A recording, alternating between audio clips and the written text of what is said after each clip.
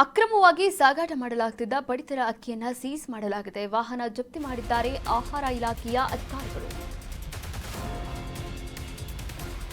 ಅಕ್ರಮವಾಗಿ ಸಾಗಿಸಲಾಗುತ್ತಿದ್ದ ಪಡಿತರ ಅಕ್ಕಿ ಸೀಸ್, ವಾಹನ ಜಪ್ತಿ ಮಾಡಿದ ಆಹಾರ ಇಲಾಖೆಯ ಆಫೀಸರ್ಸ್.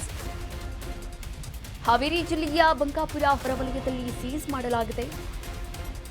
5.50 ಲಕ್ಷ ಮೌಲ್ಯದ ಪಡಿತರ ಅಕ್ಕಿಯನ್ನು ವಶಕ್ಕೆ ಪಡೆಯಲಾಗಿದೆ. ಹಾಗೆ ತನಿಖೆಯನ್ನು ಮುಂದುವರಿಸಲಾಗಿದೆ. ತಪ್ಪಿಸಿಕೊಂಡ ಆರೋಪಿಗಳಿಗಾಗಿ ಪೊಲೀಸರು ಶೋಧ ಕಾರ್ಯವನ್ನು ಮುಂದುವರಿಸಿದ್ದಾರೆ. ಆರೋಪಿಗಳಾದ ಮೈನುದ್ದೀನ್ ಸಾಬಿರ್ಗಾಗಿ ತಲಾಶ್ ಕೂಡ ಮಾಡ್ತಾ ಇದ್ದಾರೆ ಪೊಲೀಸರು. ಬಡಬಗರು ಊಟ ಮಾಡಲಿ ಅಂತ ಹೇಳಿಬಿಟ್ಟು ಅಕ್ಕಿ ಭಾಗ್ಯ ಅನ್ನಭಾಗ್ಯ ಅಂತೇಳಿ ಸರ್ಕಾರದವ್ರು ತಂದರೆ ಆ ಅಕ್ಕಿನ ಏನು ಮಾಡ್ತಾರೆ ಅಂತಂದರೆ ಬೇರೆ ರಾಜ್ಯಗಳಿಗೆ ತಲುಪಿಸುವಂತಹ ಕೆಲಸವನ್ನು ಮಾಡ್ತಾ ಇರುವಂಥದ್ದು. ನೋಡಿ, ಅಕ್ರಮವಾಗಿ. ಲೀಗಲ್ ಆಗಿದ್ರೆ ಯಾರೂ ಕೇಳ್ತಾ ಇರಲಿಲ್ಲ. ಇಲ್ಲೀಗಲ್ ಆಗಿ ಅಕ್ಕಿಯನ್ನು ಸಾಗಾಟ ಮಾಡ್ತಾ ಇರುವಂಥದ್ದು.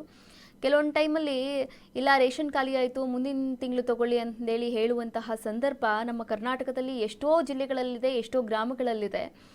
ಇಂತಹ ಸಂದರ್ಭದಲ್ಲಿ ಹಾವೇರಿ ಜಿಲ್ಲೆಯ ಬಂಕಾಪುರ ಹೊರವಲಯದಲ್ಲಿ 5.5 ಲಕ್ಷ ಮೌಲ್ಯದ ಪಡಿತರ ಅಕ್ಕಿಯನ್ನು ವಶಕ್ಕೆ ಪಡೆದಿದ್ದಾರೆ. ಒಂದು ಭರ್ಜರಿ ಕಾರ್ಯಾಚರಣೆ ಮಾಡಿದ್ದಾರೆ ಅಂತಲೇ ಹೇಳ್ಬೋದು. ಹಾಗೆ ನೀವು ನೋಡ್ತಾ ಇದ್ದೀರಾ, A1 ಆರೋಪಿ ಹಾಗೆ A2 ಆರೋಪಿ, A1 ಆರೋಪಿ ಮೈನುದ್ದೀನ್ ಮತ್ತು A2 ಆರೋಪಿ ಸಾಬಿರ್ಗಾಗಿ ಪೊಲೀಸರು ಶೋಧ ಕಾರ್ಯವನ್ನು ಕೂಡ ಮುಂದುವರಿಸಿದ್ದಾರೆ.